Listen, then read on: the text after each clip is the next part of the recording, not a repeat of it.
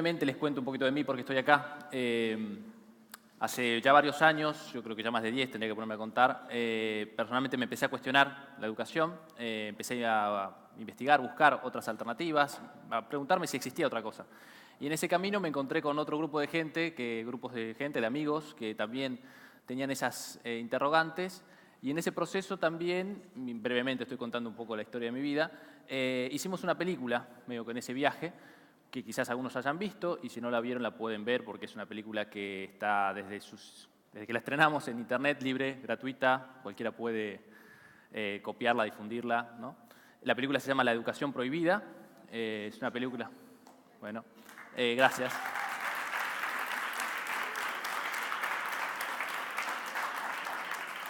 De hecho, también está Gastón acá, que también fue parte de ese proyecto. Y lo que les quería contar así brevemente antes de dar paso al panel, a la conversación, es un poco lo que pasó después de esa película. Nosotros, quienes la hicimos, nos embarcamos en una tarea bastante colosal, que fue la de, con la misma lógica que hicimos esa película, que fue una lógica que no tenía fines comerciales, una lógica abierta, colaborativa, etcétera, etcétera, encarar un proyecto de, digamos, tejer la red de educación alternativa de América Latina. Un poco, esa película se vio muchísimo, se sigue viendo, es una de esas especies de boom virales de internet, que los puso a nosotros en un lugar de referencia. Mucha gente nos empezó a escribir, mucha atención, desde qué hago con mi hijo, a qué escuela lo mando, me estoy volviendo loca, como madre, todo tipo de planteos de los que se les ocurra. La escuela sirve, la escuela no, qué tipo de escuela, cómo cambiar la escuela pública, bueno, todo un montón de interrogantes para los que nosotros no teníamos, obviamente, las respuestas finales, quizás teníamos algunas pistas que aparecieron en esa película, que básicamente muestra un poco de lo que existe por fuera de la convencionalidad en el campo de la educación. Y después de eso iniciamos una red, un proyecto, una ONG que se llama Revo, que un poco lo que hemos estado haciendo estos últimos años es, como estaba diciendo recién, tejer, unir, conectar, profundizar mucho más de lo que se ve en esa película. Es un proyecto que no tiene fines de lucro y lo que nosotros hacemos es hacer investigación y promoción de educación alternativa. Y hoy por hoy impulsamos lo que humildemente es la red de educación alternativa más grande de América Latina y quizás de Iberoamérica. Y esta posición medio de observatorio, de investigación, y esto es una investigación no académica también, porque también tenemos una crítica a la escolaridad del nivel superior, lo hacemos desde una lógica lo más alternativa que podemos, nos permite o nos ha permitido por lo menos tener algunas ideas sobre qué es este fenómeno de la educación alternativa. Y por eso yo acá en la primera imagen que les comparto, como para aclarar y un poco para introducirlos en el tema, les voy a contar de que no existe tal cosa como la educación alternativa. Existen un universo de pedagogías, métodos, abordajes, miradas, prácticas, que por cierto no tienen nada de nuevo. Hay mucha gente que ahora se está hablando mucho de educación y de innovación y de que hay que cambiar las escuelas, la escuela del futuro, la secundaria del futuro. Y la verdad es que cuando uno ve eso, conociendo un poco más del tema, descubre que en realidad son las mismas ideas de hace 100 años, medio retransformadas, recauchitadas o mercantilizadas muchas veces. Y ahí yo puse algunas palabras que uno puede, dentro del paraguas de la educación alternativa, encontrar experiencias prácticas con proyectos concretos. Hoy personas en Buenos Aires, en Argentina, en América Latina, que están construyendo espacios educativos, algunos son escuelas, otros no son escuelas, que tienen una mirada diferente, un abordaje diferente, que abrazan una corriente pedagógica, abrazan ideas y que se traducen en prácticas concretas muy diferentes, que a lo largo del panel posiblemente podamos conversar sobre ello y también podamos ver, quizás tenemos algún material audiovisual para compartir. Estas son simplemente palabras. No quiero entrar en eso, pero solamente darles cuenta de que es un concepto polivalente, un concepto rico, diverso. La siguiente. Ahí está. Y como para dar cuenta un poco de la dimensión del fenómeno, nosotros ya hace casi 10 años que venimos como siguiendo esto. Insisto, no hay muchos estudios académicos, estatales, gubernamentales, supranacionales sobre esto. Hay pedazos de información que hay que ir recolectando, hay mucho trabajo de campo en esto también, de ir a conocer las experiencias, a conocer las escuelas. Y nosotros hemos detectado que más o menos en el mundo, lo que se pueden decir escuelas alternativas, proyectos educativos alternativos, centros educativos alternativos, hay un claro crecimiento, porque hay claramente un malestar grande y visible de padres, familias, comunidad, docentes, etcétera, en torno a la forma convencional de la educación.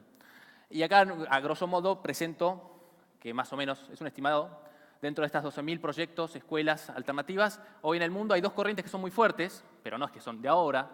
De hecho, la pedagogía Waldorf, que está asociada a la filosofía antroposófica, y de que Axel ahora va a subir aquí al panel a conversar sobre eso, y por ejemplo las ideas de María Montessori, que ya tiene también casi 100 años, se han esparcido por el mundo y existen centros educativos, escuelas, jardines que adoptan estas filosofías. Después del resto hay otras cosas, de las que no me voy a ocupar ahora, pero quiero decir, la diversidad es muy grande. Y lo interesante es que hay puntos en común entre estas diferentes miradas. Y este otro dato que lo quería traer también, el de los 4.200.000, es un aproximado también, son niños jóvenes que están en edad escolar que por decisión propia o por decisión de sus padres, aquí no hay abandono familiar, sino hay una decisión política, pedagógica de sus padres y de sus familias, de que hagan un proceso de aprendizaje por fuera de la escuela.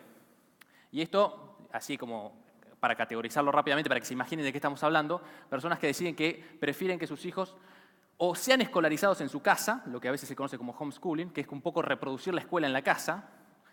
Otras personas desescolarizan, en el sentido que no reproducen la escuela en la casa en ningún lado, sino que simplemente sus hijos no van a la escuela y los acompañan en la vida. Y después hay un gran número de personas y de jóvenes que son educados sin escuela, en el sentido de que viven en comunidades, viven en espacios o viven en sociedades donde la escuela no existe y la sociedad, la comunidad decide que no exista un dispositivo como la escuela. Porque la escuela es un invento de Occidente, es un invento que trajeron las calaveras acá, ¿no? Las carabelas. Eso venía del panel anterior.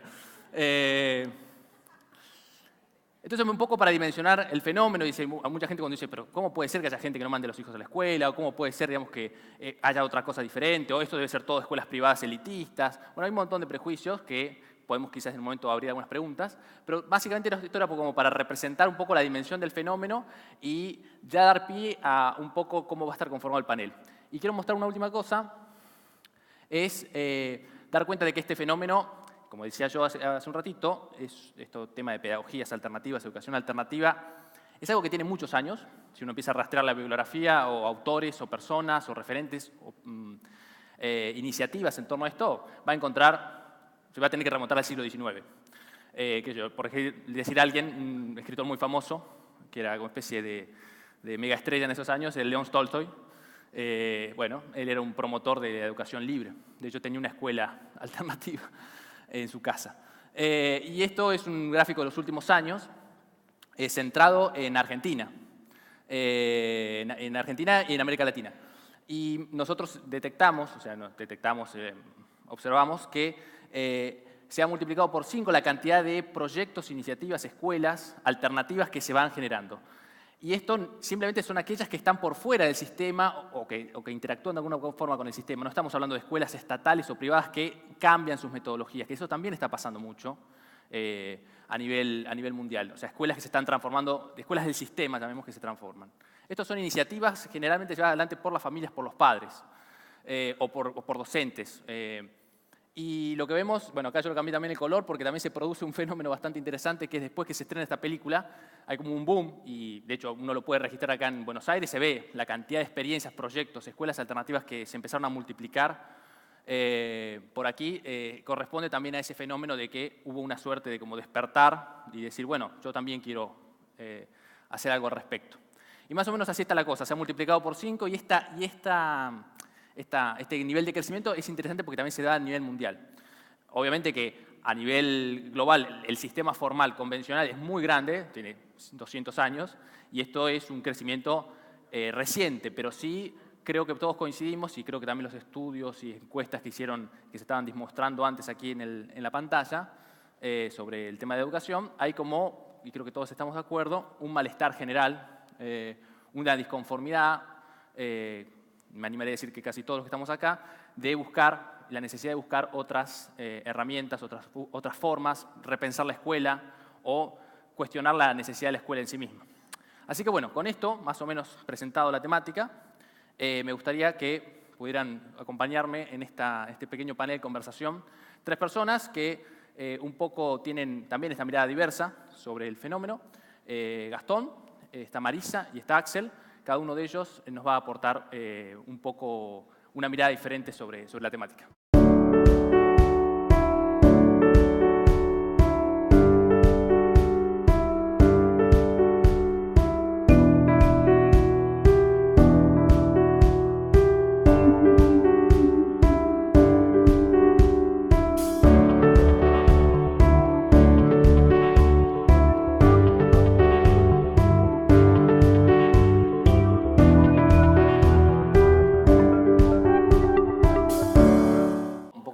al panel fue la búsqueda de los organizadores de tener esta diversidad. Marisa desde la experiencia de la metodología, la pedagogía Montessori, así es. Axel, que nos acompaña con experiencia en euritmia, antroposofía y de las escuelas Waldorf. Y bueno, Gastón, como es una estrella de televisión, que siempre es necesario como para levantar el rating, ¿no? Claro, nada más que para eso. Ahora me voy a desnudar, además. Yo digo que Gastón, digamos, que además participó en la película que hicimos, creo que siempre estuviste sensibilizado por la educación y en particular ahora en este momento de tu vida como padre que no escolariza a sus hijos. Por decisión, luego de un proceso, ¿no? Entonces, A ver, en realidad bueno, empiezo. sí. Yo tengo una relación con la educación bastante particular, ¿no? Mi padre, y esto lo que voy a contar, transcurrió en 2 semanas. Fueron 2 hechos en 2 semanas. En el año 82, en un momento mi padre me dice que algo funcionaba mal en el mundo. Y le digo, ¿por qué? Me dijo, porque el mundo debería estar gobernado por niños. Y yo era un niño. Entonces le digo, ¿estás loco? Me dijo, no, mirá cómo funciona el mundo, gobernado por adultos hace miles de años, no está mejor. No es que la gente vive más feliz, hay más justicia social, hay menos hambre, hay más trabajo. No, o sea, cada vez hay más gente y vive peor. Entonces me dijo, podríamos darle por lo menos la posibilidad durante 5 años a que los niños nos digan cómo vivir. Seguramente, no sé si será un mundo mejor, me dijo mi padre, pero seguramente va a ser más divertido. Y una semana después, unos días después, yo estaba en el colegio, yo era muy tímido, en un colegio del Estado, Granadero de San Martín, yo no hablaba nunca levantaba la mano, y en un momento mi profesora Marta estaba explicando algo sobre el petróleo. Y mostraba cómo los pozos de petróleo sacaban el petróleo y lo que se hacía después con el petróleo. Y yo, en mi cabeza de niño de 10 años, miré eso y en un momento, por primera vez en toda mi etapa de colegio, ¿no? de colegio, y primera y última, porque después de eso no volví a levantar la mano, hice esto. Marta me miró y yo dije, ay no, ¿qué hice? Le digo, me dice, ¿qué quiere Pauls? Le digo, no, que está mal sacar el petróleo de la tierra. Me dijo, ¿por qué? Le digo, porque si está adentro y están abajo, por algo es, o sea. Y yo la imagen que tenía era que le estaban sacando la sangre a la tierra. Me dijo, no, mal, y me mandó a hablar a la dirección. Me dice, porque, y lo que me dijo la directora es que yo de alguna manera podía llegar a confundir a los chicos. Se lo dije a mi padre y se volvió loco, fue al colegio, toda una situación horrenda. Entonces lo que digo es, hoy leyendo un montón de geólogos, desde los más importantes geólogos, hablan de que claramente fue un error. No fue una gran idea sacar el petróleo, ¿no? Hacer combustibles, quemarlo, hay un montón de cosas. Pero bueno, era lo que se encontró como método para generar energía. Pero o sea, no estaba tan equivocado yo. Pero a mí me hicieron bajar la mano, me llevaron a una dirección, me mostraron que ese no era el camino. O sea, el camino no era preguntarme cosas. El problema era, la idea del colegio que yo viví era leer bien el manual Capeluz y el manual Estrada y contestar esas preguntas, o ahí estaban las respuestas a las preguntas que yo me podía hacer durante un año. Esa era la estructura de mi educación. Sí, y muchas veces también yo creo que la escuela responde o nos hace responder preguntas que nosotros nunca nos hacemos. Claro. Digo, yo no me preguntaba las cosas. Si yo leo hoy el manual Capeluz, que yo tenía que leer en 4º grado, seguramente ninguna de esas preguntas eran preguntas genuinas, mías. Claro. No me hubiesen nacido. Y si me nacían, también hubiese sido interesante que yo buscara la respuesta y no que viniera una respuesta impuesta que yo tenía que contestar para que me pusieran 10. Y acá cierro con esto, que es hace un tiempo, mis hijos, yo tengo 2 hijos, tienen 8 y 5, y yo viví las 2 educaciones la Waldorf y la Montessori, con mucho orgullo lo digo porque las 2 me parecen valiosísimos caminos, pero hubo una cosa que una vez me pasó, que mi hija, yo tengo la teoría de que, bueno, todos acá tenemos una temperatura corporal que está autorregulada. No hay alguien que te dicen, tienen que tener 36 grados. O sea, nos autorregulamos la temperatura. O sea, yo cuando entra algún agente externo, mi temperatura sube para expulsar eso y seguir viviendo bien. O sea, es un termómetro, ¿no? Y es un regulador de mi salud. Y un día mi hija me llegó a preguntarme eso, ¿por qué me están pidiendo que yo haga determinadas cosas? Es como, mi hija me dijo a los 6 años, es lo mismo que yo te diga ahora, saltá de acá hasta la silla aquella. Le digo, no tengo ganas. Bueno, hacelo.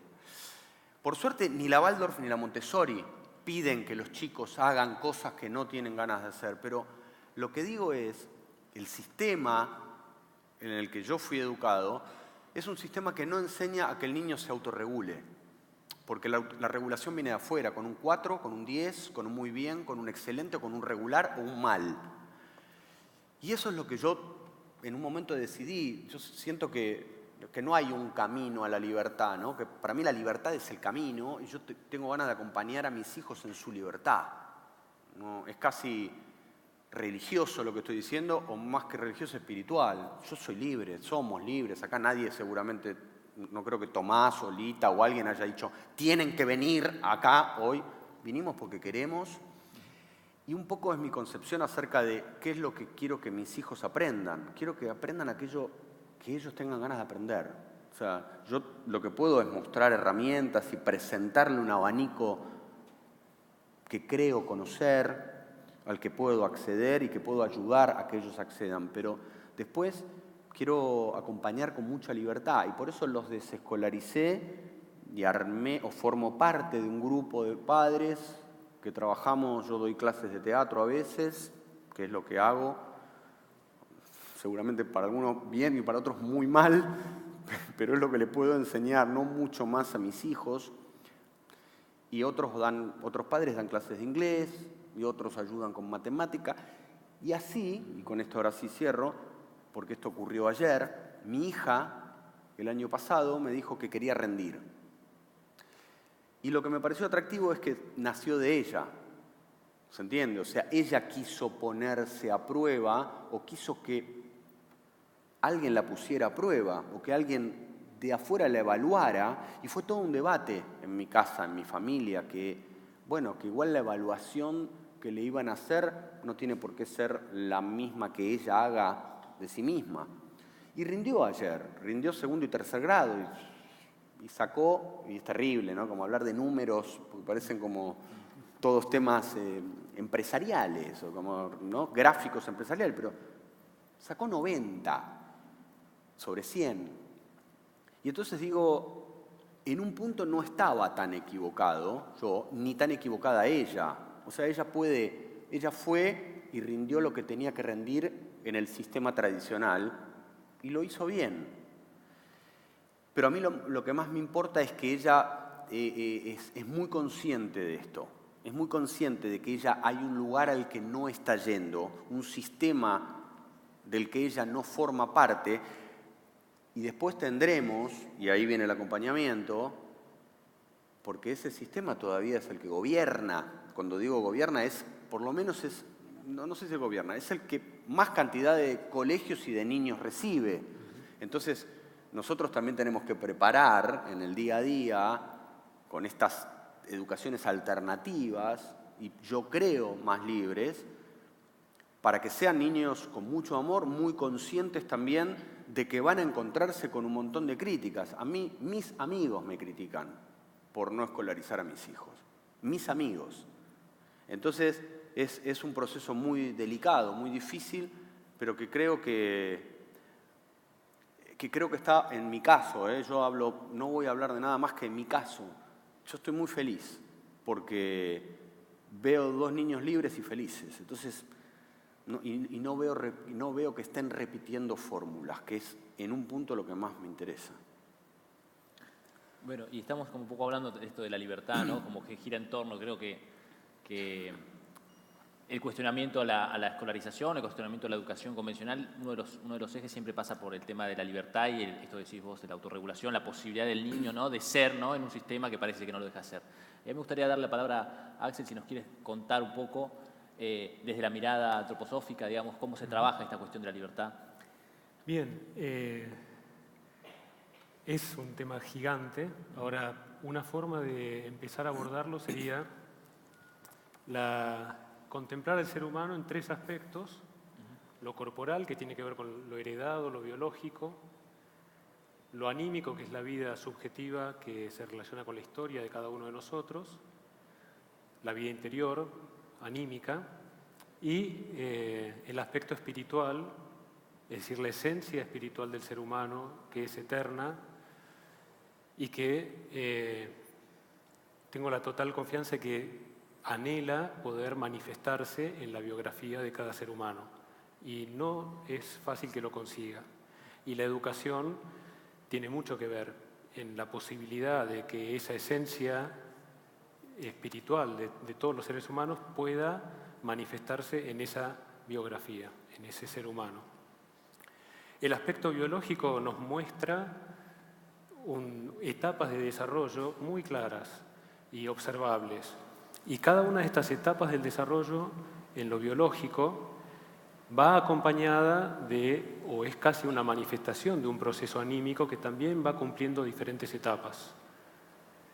Y la educación, desde el punto de vista de la antroposofía, consiste en ir acompañando ese desarrollo, ofreciéndole al niño o al joven, brindándole en cada momento de su desarrollo la experiencia, la vivencia, a través del contenido pedagógico, a través de las actividades pedagógicas que se le ponen a disposición, la experiencia que él necesita para armonizar esos procesos de desarrollo biológico y anímico, para formar un desarrollo armonioso, saludable de ese instrumento corporal y anímico que pueda recibir entonces, relacionarse y ser base para su esencia humana espiritual. Y en eso consiste la libertad. Todo espíritu es libre. La situación es si la educación le va a permitir o no manifestarse. O sea, hay un potencial innato en el joven. Para la pedagogía Waldorf, el plan educativo, el método, es el ser humano. No es que el niño tiene que alcanzar las metas de un plan educativo previo, que esté en Capeluz o en algún libro, sino que el maestro, como artista, tiene que tratar de llevar el acto pedagógico a donde está el niño.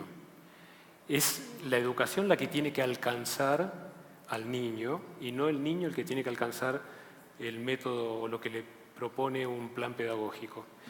Todo lo que puede saber un ser humano está en el ser humano. La educación no consiste en ponerle información a un ser humano, sino en despertar las capacidades que duermen en él. Cada experiencia pedagógica, cada contenido, tiene la finalidad en la pedagogía Waldorf de poder despertar en el momento preciso lo que está queriendo nacer, lo que está queriendo despertarse en ese momento preciso. Y uno puede ver, ya el cuerpo biológico nos va a mostrar ritmos muy claros. Cada año de la vida de un ser humano, sobre todo los primeros 20 años, cada año es una etapa diferente en su desarrollo físico, biológico y anímico. Pero a grandes rasgos podemos ver 3 etapas muy diferenciadas. La primera termina cerca de los 7 años con el cambio de los dientes, un hecho biológico único, irrepetible. Cerca de los 7 cambia los dientes por única vez. Su cuerpo y su alma, antes y después de ese hito, tienen una relación diferente con el mundo. Y el próximo hito se va a dar otros 7 años más tarde, es el desarrollo sexual. Por única vez va a desarrollarse sexualmente. Y si uno puede contemplar estos ritmos y ver con qué fuerza anímica el ser humano se dirige al mundo, mira al mundo, antes de que cambie los dientes y después de que cambia los dientes, antes del desarrollo sexual, después del desarrollo sexual, uno ve que la educación tiene que contemplar esos procesos. El niño, antes de cambiar los dientes, lleva al frente hacia el mundo su voluntad, su capacidad de actuar, y su herramienta o su posibilidad de aprender está basada en la capacidad de imitar.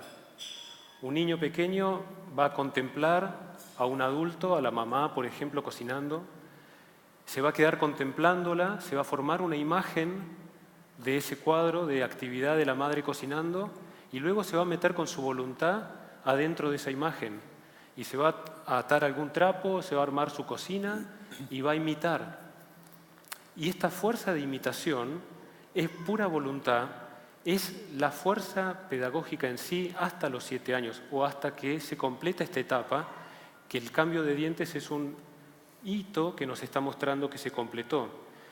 A partir de los 7 años, el niño va a tener otra intención hacia el mundo. Va a ganar el primer puesto el sentimiento por encima de la voluntad y el niño va a necesitar amar profundamente a todo aquel que él tenga por maestro, sea su madre, sea un maestro, sea el vecino, sea un tío, y solamente el amor hacia esa autoridad, que para el niño es alguien que sabe, ese amor va a ser la fuerza pedagógica que le va a llevar a desarrollarse, porque educar no es informar, no es llenar una biblioteca de información, sino que es formar un ser humano que tiene capacidades anímicas, de voluntad, de sentimiento y de pensamiento. El pensamiento va a tomar la delantera recién después de los 14. Y si la educación tiene en consideración estos ritmos, vas a ver que un problema que tenemos hoy enorme, que los jóvenes no consiguen comprender lo que leen. Saben leer, saben escribir, pero no tienen comprensión de texto. Incluso en la universidad está este problema. Y muchos de esos jóvenes aprendieron a leer y a escribir a los 5 años. Incluso a veces hay ahora propuestas pedagógicas de tratar de adelantarlo, porque si tenemos este problema tendríamos que empezar antes. Y esto nos muestra claramente que no es antes o después, sino que cada hecho pedagógico tiene que ser dado en el momento justo, que lo está requiriendo el desarrollo del niño. Antes de los 7 años, el niño va a aprender a leer y escribir imitando, no comprendiendo. Él va a repetir, va a aprender a leer y el maestro va a estar muy contento porque agarra el libro y dice lo que dice el libro, pero no lo comprende, no lo puede comprender. Y esta actividad de leer sin comprender se torna un hábito. Y ese hábito aparece después, a los 14, 15 años, muy difícil de ser trascendido. Entonces, no siempre antes es necesariamente mejor. El arte de la educación es el arte del momento preciso. Y el momento preciso me lo marca el niño, porque cada niño va a estar haciendo un proceso único. Hay pautas generales, pero dentro de esas pautas generales, cada niño está haciendo su propio proceso, más que nada hoy en día. Casi que cada niño necesita un maestro y una escuela para él. Y el maestro tiene que saberlo y tiene que poder mirar con la pregunta, hoy, ¿qué es lo que vos requerís de mí? Y estar a la altura de las circunstancias. Por eso el primero que tiene que ser libre, el primero que tiene que tener una relación con su propia entidad espiritual es el educador, si quiere ayudar a que el niño algún día la tenga. Hay mucho de respeto, ¿no?, en todos estos abordajes no convencionales en educación, respeto al proceso del aprendiz, ¿no? Algunos le llaman que son pedagogías paidocéntricas, donde el que está en el centro es el niño en este caso. Y así como Axel nos presentó así brevemente como creo que la concepción del niño, la concepción del aprendizaje, la concepción del hombre que tiene la antroposofía y las escuelas Waldorf, me parece también, Marisa, que estaría bueno que nos compartieras cuál es cuál es la concepción dentro de la línea Montessori. Sí, perfecto. Me voy a ayudar. Para ello hay una presentación, ¿verdad? Con unas pequeñas imágenes porque es mucha la información y para no perder nada. Usamos unos anteojos que son los que recibimos gracias a la doctora Montessori, que fue la primer médica en Italia. Y creo que esto es algo que lo compartimos. Es la maravilla por el ser humano y por la naturaleza. Más que el fanatismo por un método, nosotros, nuestra fuente de admiración es el niño, fundamentalmente en los primeros años de vida.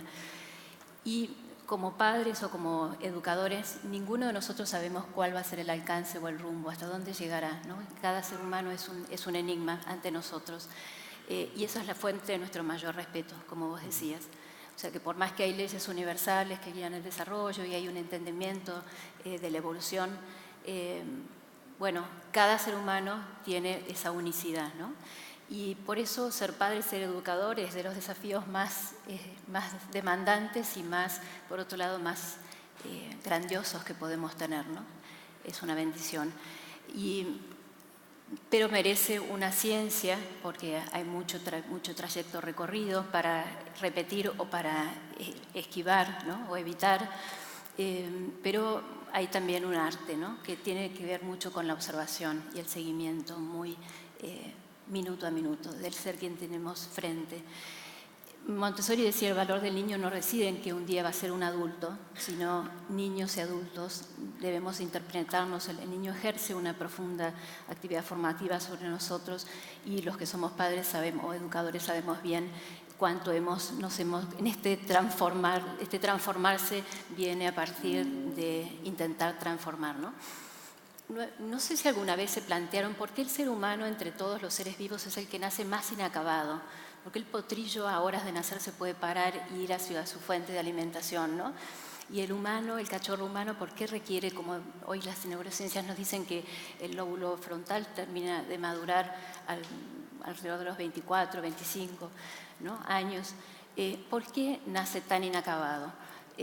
Bueno, eso es una bendición porque le permite, gracias a la guía genética y a las experiencias en el ambiente, adecuarse a la cultura que le toca vivir, ¿no? Son como el eslabón que nos une con el presente, ¿no? Los niños. Entonces, eso sucede gracias a que nacen acabados, ¿no?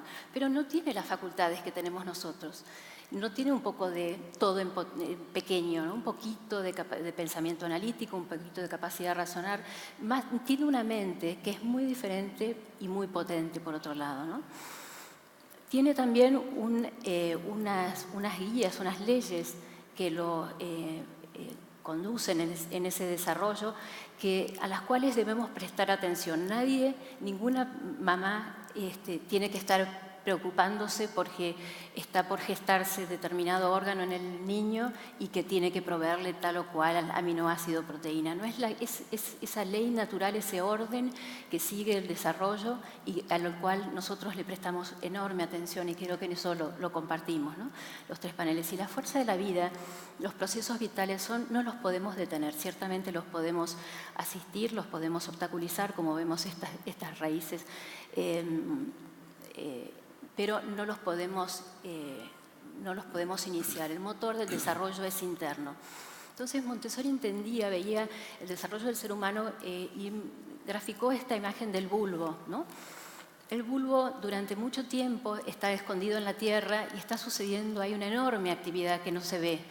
Los primeros 6 años de vida son estos años en los cuales suceden adquisiciones a nivel formativo que perdurarán y que condicionarán. Nada es determinante en el ser humano, ¿no? Hasta el último minuto de la vida sabemos además que hay plasticidad neuronal y tenemos posibilidad de cambio, ¿no? Pero las experiencias de estos primeros años realmente dejan huella en el nivel cognitivo, emocional y social. También Hola. También la pubertad es otra, hoy las neurociencias lo confirman, es otra etapa maravillosa de gran posibilidad formativa, ¿no? Entonces, desde Montessori entendemos también el desarrollo en distintas etapas con posibilidades y capacidades y sensibilidades muy especiales. Y así como en el vientre materno el bebé toma lo que va necesitando, los montessorianos buscamos que en cada etapa puedan tener a su disposición aquellos elementos que necesitan para la formación de una personalidad fuerte y segura. ¿Cuándo empieza la educación? Con el nacimiento y aún antes. Por eso Montessori no se sabe si es una filosofía de vida, si es un método, si es una pedagogía, qué es, ¿no? Aquí vemos, por ejemplo, un ambiente especial para esta edad. En todos estos ambientes, el que sigue, en todos estos hay cuestiones comunes. Hay elementos, hay materiales concretos, científicamente diseñados, que se han probado en distintos contextos, tanto de educación formal como no formal, y en todo tipo de cultura y nivel socioeconómico. están estos elementos, hay libertad de movimiento, hay libertad de elección y hay un adulto especialmente preparado que observa a este niño, observa sus necesidades vitales y sí ofrece una currícula, sí ofrece un camino de desarrollo, pero el niño después es libre de profundizar y permanecer en aquellos aspectos que verdaderamente necesita. Entonces, otro aspecto importante de la educación Montessori es el tiempo ininterrumpido. La concentración, ya vamos a ver, incluso últimamente, esto es algo que empezamos a desarrollar el año pasado desde la Fundación Montessori, es la aplicación de la educación Montessori para adultos que han perdido capacidades cognitivas. Y también siempre sigue el mismo esquema, un espacio preparado para la actividad con libertad y de acuerdo a tus capacidades y a tus necesidades vitales. Entonces, a ver si pasamos. ¿De qué se trata? Se trata de que en esas actividades suceda este engranaje virtuoso, en el cual por medio de la acción, motivada, iniciada por la libre elección, y en la repetición suceda este evento de concentración, que es como un punto de partida en el cual la concentración centra a la persona. Su ser se pone al servicio, la mano es guiada por la mente, decimos, ¿no? Sucede la integración del ser. En ese ejercicio de elegir, actuar, terminar un ciclo, observar, elegir otra actividad, bueno, el niño va conociéndose a sí mismo, sus limitaciones, sus potencialidades, sus logros, y va logrando lo que decimos la construcción del carácter, la formación del carácter, algo tan importante para poder después seguir eligiendo aquello que es bueno para mí. Hay evidencia científica, acaba de salir un estudio de la Universidad de Virginia que habla de los beneficios de la educación Montessori. Hasta ahora está solo en un nivel, no pasa el pasador, quizás que por los nervios está, pero como son niños que tienen habilidades sociales que se destacan y un mayor desarrollo en las funciones ejecutivas, la posibilidad de autorregularse, la posibilidad de tener una mente flexible que pueda mirar los acontecimientos o los hechos desde distintas perspectivas, memoria de trabajo y fundamentalmente lo que a nosotros como Fundación Montessori más nos impacta y donde está en el corazón de nuestro trabajo es cómo, en qué medida este modelo ha probado, dentro de lo que es la educación formal, ha probado cubrir el gap o el vacío o la inequidad que sufren los niños que nacen en contextos más pobres. Esto es. Bien. Muchas gracias por el material. Mientras veía esto pensaba, ¿no? como hilando un poco lo que habían conversado los tres, y me preguntaba, digamos, también, como pensando también en esta audiencia, digamos, que he visto bastante pocos niños aquí, como esta atención en general que tenemos los adultos sobre, esto de los niños en el futuro, cómo tiene que ser la educación, como que nuestra educación ya terminó y ahora estamos ocupándonos de ellos. Yo me preguntaba también, conectando con otras cuestiones que se han tratado aquí ayer y hoy, ¿qué se puede hacer hoy? O sea, nosotros como adultos, ¿qué pasa con nuestra educación y qué procesos cómo impacta en nosotros otras formas de educación, en el presente para nosotros?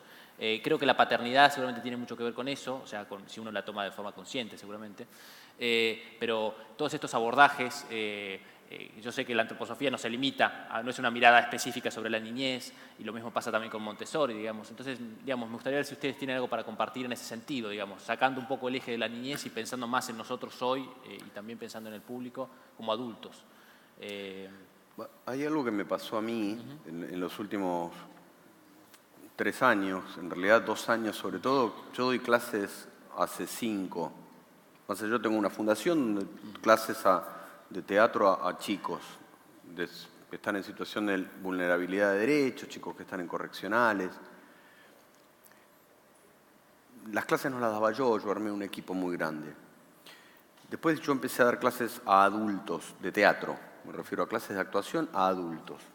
Y cuando yo me encontraba dando clases para adultos, me encontraba dándole clases a personas que también, como yo, seguramente el 99,9% de ellos, habían recibido esta este tipo de educación, ¿no? Muy copia y pegá.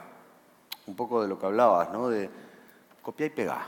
O sea, no te preocupes si está bien, o sea, ¿qué dice el Capeluz? Respondelo, ponelo ahí tal cual está. Que era un poco lo que... Y entonces darle clases a estos adultos exigía siempre, y había un riesgo para mí como, entre comillas, educador, guía, maestro. Pero yo me encontré, cuando empecé a dar clases en este espacio que yo armé con otros padres, al que van mis hijos, yo empecé a darle clases a mis hijos y a 13, 14 chicos más. La clase 1 casi vomito del mareo que tenía. Dije, ¿dónde estoy? ¿Dónde estoy con la vida? Pero no siquiera con la actuación, con la vida. No sé nada, no puedo controlarlos, no puedo entenderlos, no me entienden. Y ahí voy, ¿no? Un poco la pregunta es el desafío constante, porque en general los maestros, por lo menos en mi etapa de alumno, eran personas que, así me lo mostraban, sabían la verdad, porque habían estudiado el Capeluz, y entonces yo tenía que seguirlos. Esto que pasó cuando yo empecé a dar clases, a la clase 4 ya abandoné las náuseas, pero digo, me costó 4 clases entender dónde estaba. Y es que yo tengo que seguir aprendiendo, que yo quizá tengo mucho más para aprender ahora que soy grande, que es primero como desajustar ciertos tornillos que ajustaron partes que no tenían que ajustar de mí, que me cegaron en un montón de cosas, cómo vuelvo a ver, cómo vuelvo a abrir los ojos, ¿no? Si Heráclito hablaba de hombres despiertos, hombres dormidos, digo, yo tengo claro desde qué lado quiero estar en relación a la vida.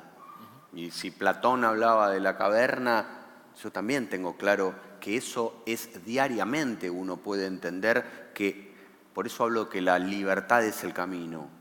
La libertad para animarse y perdón, es una locura para muchos seguramente, pero yo estoy en pleno debate interno, más allá de lo que pasa afuera, sobre si la Tierra es plana o redonda. Pero yo tengo ganas de planteármelo. ¿Por qué digo que es redonda? Porque me dijeron que es redonda. ¿Yo la vi desde algún lugar redonda? No. Y esto, llevado a la educación, esto debería, yo creo, ser así, una constante puesta en duda sobre nuestros conocimientos, para reasegurarlos o para decir, no, nos equivocamos, vamos por el otro lado. Bien, sí, sin duda el mayor regalo que yo también reconozco en la enseñanza es la necesidad de la autoeducación y comprender que vinimos a aprender toda la vida, es decir, tenemos la oportunidad en cada instante de aprender. Y los niños necesitan, igual ellos también aprenden con cada instante, pero como empezaste diciendo, a veces la educación interrumpe ese proceso maravilloso de aprendizaje que tiene el niño. ¿Cómo hacer para enriquecer ese proceso? Para acrecentarlo y ampliarlo y llevarlo más allá. Solamente a través de la autoeducación. Y ese es el mayor regalo, porque uno se enriquece. A mí a veces, dando clases, yo di clases durante 15 años en una escuela Waldorf y salía cada día sintiendo, yo recibí mucho más que los niños. Ellos, estar con ellos y darles clase y recibir de ellos todos los desafíos y tener que pensar en ellos de un día para el otro, qué van a necesitar, qué pasó hoy, cómo tendría que ser la clase de mañana, es un regalo gigante.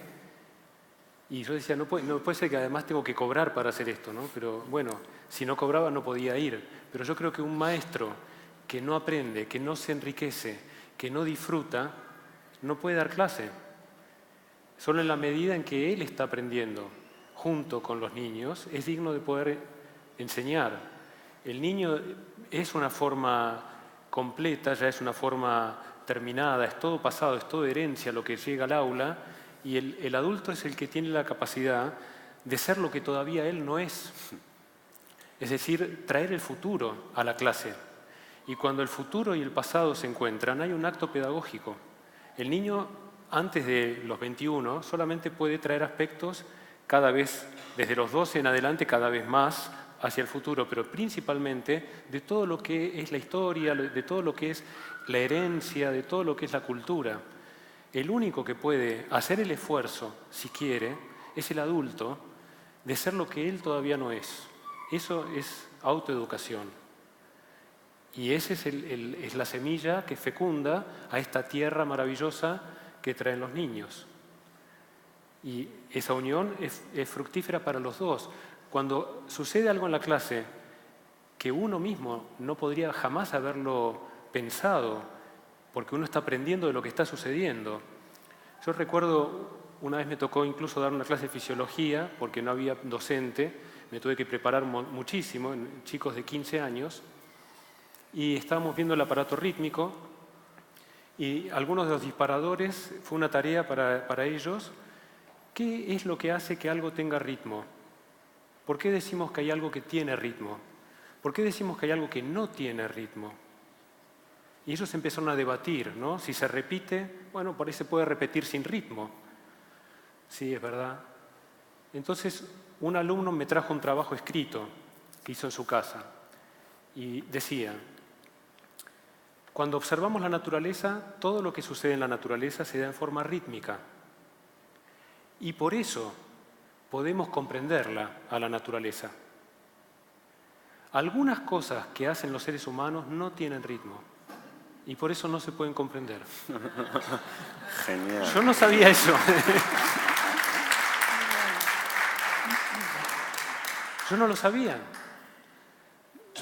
En el encuentro realmente, el hecho pedagógico enriquece al alumno y al docente. Yo rescato que el sentido común, digamos. Me pongo en los zapatos de la audiencia, de escuchar las distintas pedagogías. En el caso de Montessori, nuestro trabajo es muy pequeño en la Argentina todavía, es muy incipiente y estamos saliendo de ser una idea loca de 6 trasnochados a lograr cierto profesionalismo y demás.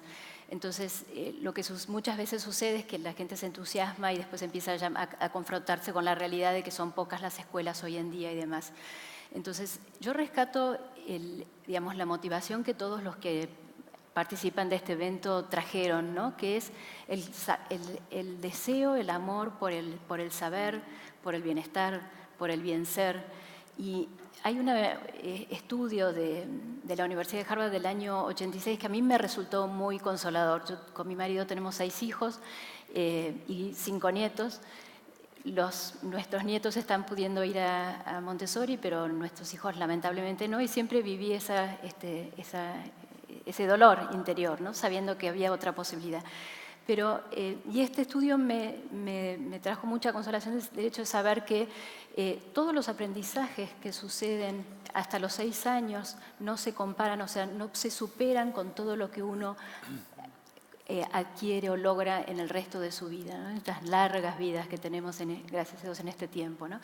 Entonces, los primeros años de vida, la tarea de los padres cala hondo. Entonces, apelar mucho a la confianza en nosotros mismos como adultos, a ese conocimiento que podemos tener por el hecho de tener un contacto tan cercano, y a mucho sentido común, porque en el fondo en esto subyace el sentido común, ¿no? Y el respeto a la curiosidad, el respeto al deseo de crecer, el respeto profundo ante eso. Entonces yo creo que más allá de poder ir a una escuela, escolarizar, apelar a eso.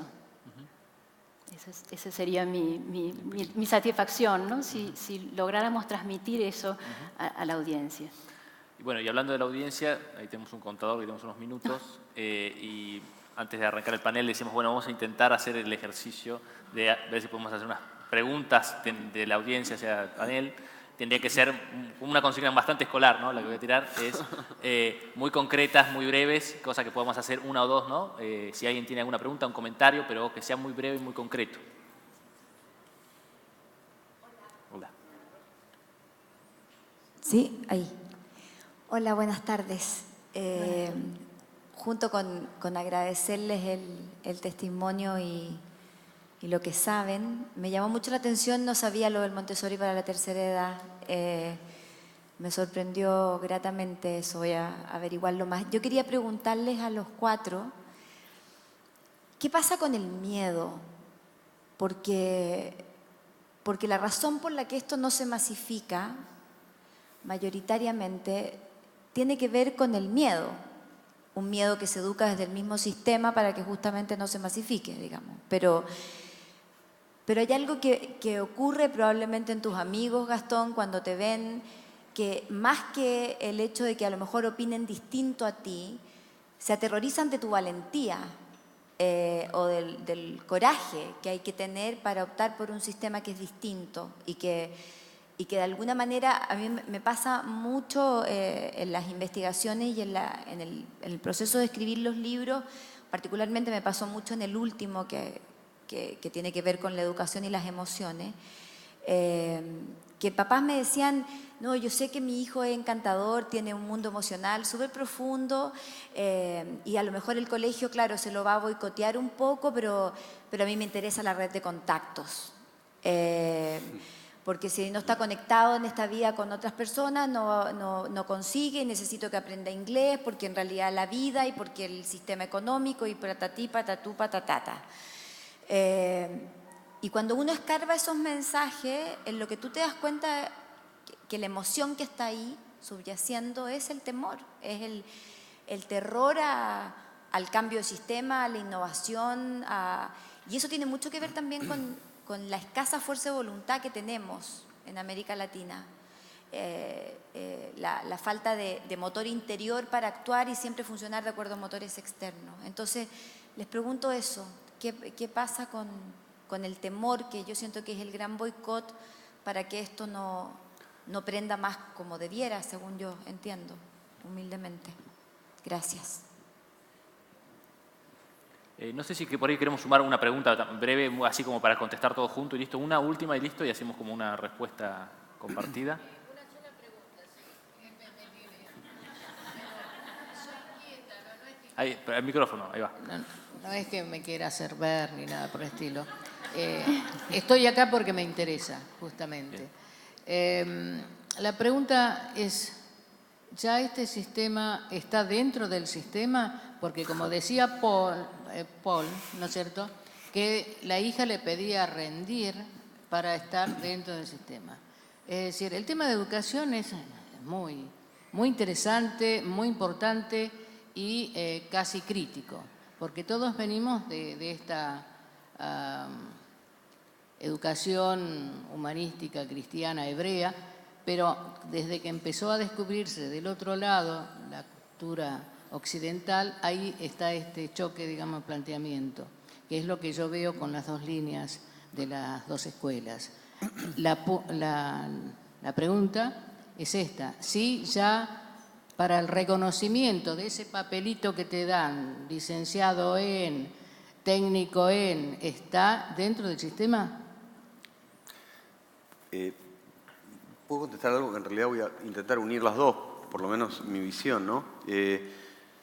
Yo vuelvo una y otra vez a algo que sí, leí, no me lo explicaron en el colegio, lo leí ya de grande y hoy lo nombré. En la alegoría de la caverna de Platón hay algo de esto, ¿no? De uno estar encerrado dentro de una caverna creyendo que ahí está la vida, que ahí ocurre todo y que lo que estamos viendo, que nos están proyectando, es todo lo que tenemos para ver.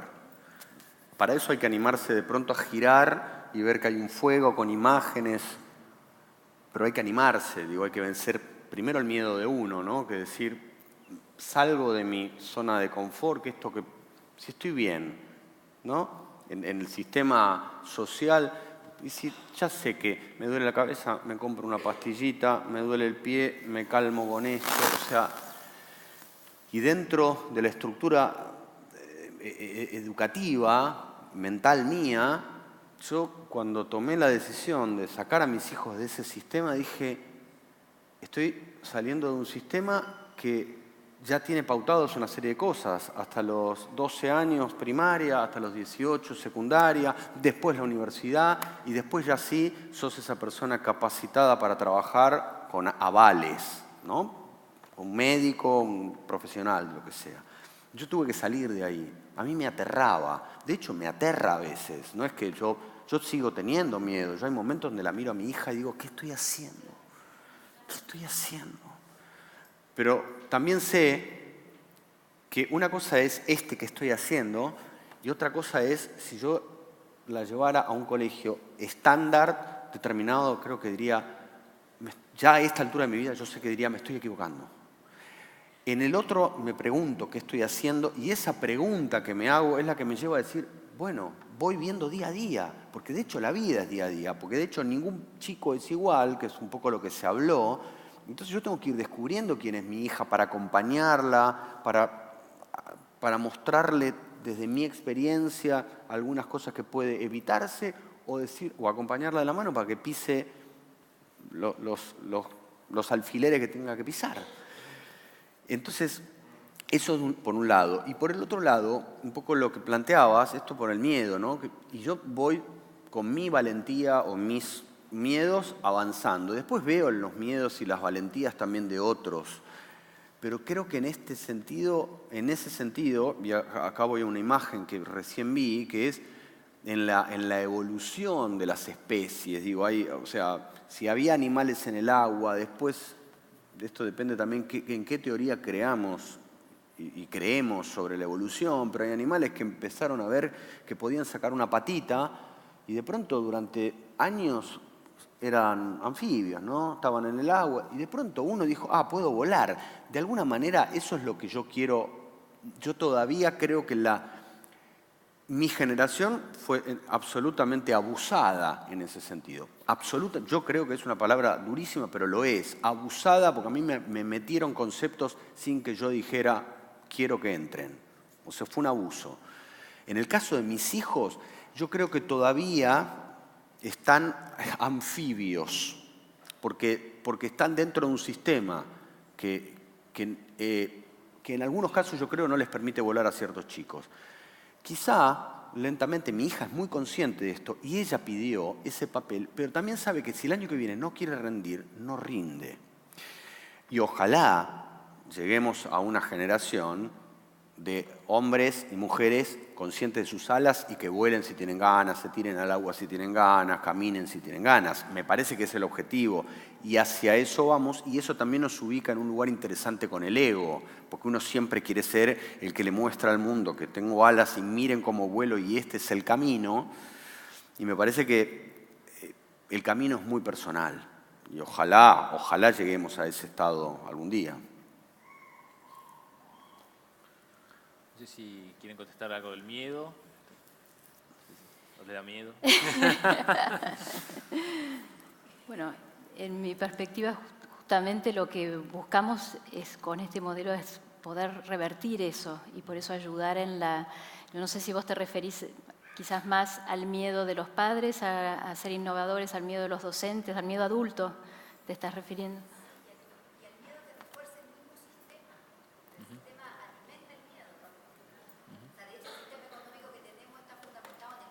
Necesita el miedo, claro. Existe en base al miedo. Yo aseguro mi auto porque tengo miedo, compro más cosas porque tengo miedo. O sea, entonces a eso me refería, a que debajo de todos estos corajes individuales o sistémicos hay un miedo que estamos siendo entrenados para tenerlo y que para poder romper y mirar esto, de alguna manera hay que hacerse cargo de él. Lo tenga quien lo tenga.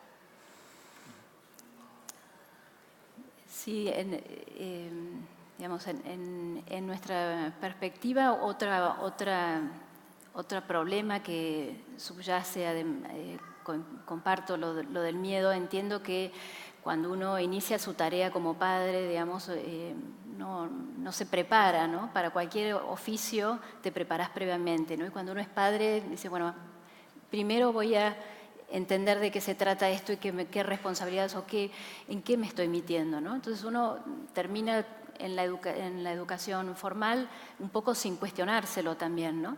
Pero entiendo que también algo en lo que nosotros nos topamos y nos preocupa mucho es movilizar al docente, al educador, a que, bueno, a que hay otra forma de educar, a que puede renovarse, ayornarse y también a destacar todo lo que es destacable, ¿no? Porque de hecho nosotros somos lo que somos gracias, al menos en mi caso, vos tuviste la suerte de estar en una escuela Waldorf, pero yo soy fruto de docentes tradicionales y de la escuela pública. Y la verdad que he tenido profesores que me han dejado huella, ¿no? Entonces, desde nuestros zapatos nos gusta situarnos en ese lugar, ¿no? En la valoración y también en la comprensión de que como está el sistema educativo actualmente, es muy difícil innovar, como coincidimos con vos en que hay que romper con determinadas estructuras y lo que en realidad nos falta es poder comunicar mejor y poder formar mejor, porque no es fácil tener esta actitud que tienen ustedes de humildad ante el niño, de seguirlo tan de cerca, de respetarlo, digamos, eso supone un trabajo interior muy grande, un gran desarrollo espiritual. Entonces, junto con el miedo creo que también existe esta realidad y nosotros personalmente desde nuestra organización tratamos de hacer este aporte, ¿no? Pero desde este lugar. Bueno, estamos ya en tiempo cumplido. Si querés decir alguna frase, sí. Hay una frase que la pueden buscar, que es de Pablo Picasso, que él dice que él no busca, sino que él encuentra. Porque buscar es ya saber qué es lo que busco. Entonces es ponerle ropaje nuevo a lo viejo. Y el que realmente encuentra no sabe qué es lo que encuentra antes de que lo encuentre.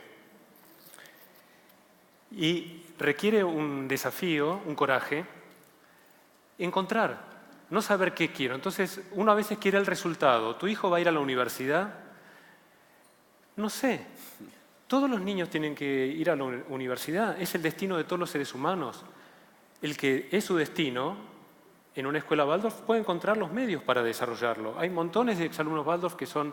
Mi hija terminó la escuela, hizo desde jardín de infantes y en pocos años se está haciendo 2 carreras, matemáticas y filosofía juntas. No cumplió todavía 26 años y ya va a egresar de las 2 carreras. Y ella me dice, papá, a los chicos no les enseñan a pensar, no saben pensar, se ahogan en un vaso de agua. Y ella lo único que conoció fue pedagogía Waldorf, desde jardín de infantes. Ahora, eso es un resultado. Ahora me tranquiliza. La educación es todo lo contrario de tranquilizarnos. ¿Sí?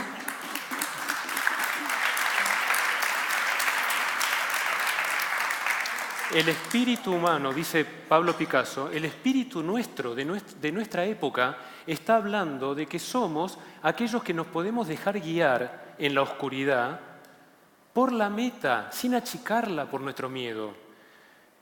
La incertidumbre es la fuerza de nuestra generación y por eso todo el sistema, por todos lados nos van a tratar de poner miedos. Es el momento donde más temerosos parecemos, es el momento en que tenemos que nacer realmente y dejar los miedos de lado, porque si no nos puede pasar nada, si me tienen que garantizar que no me pase nada, no nos va a pasar nada. Y no vinimos para eso.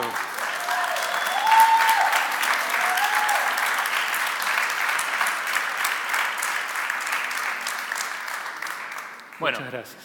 Gracias a todos, gracias a los Gracias. panelistas. Bueno, Gracias.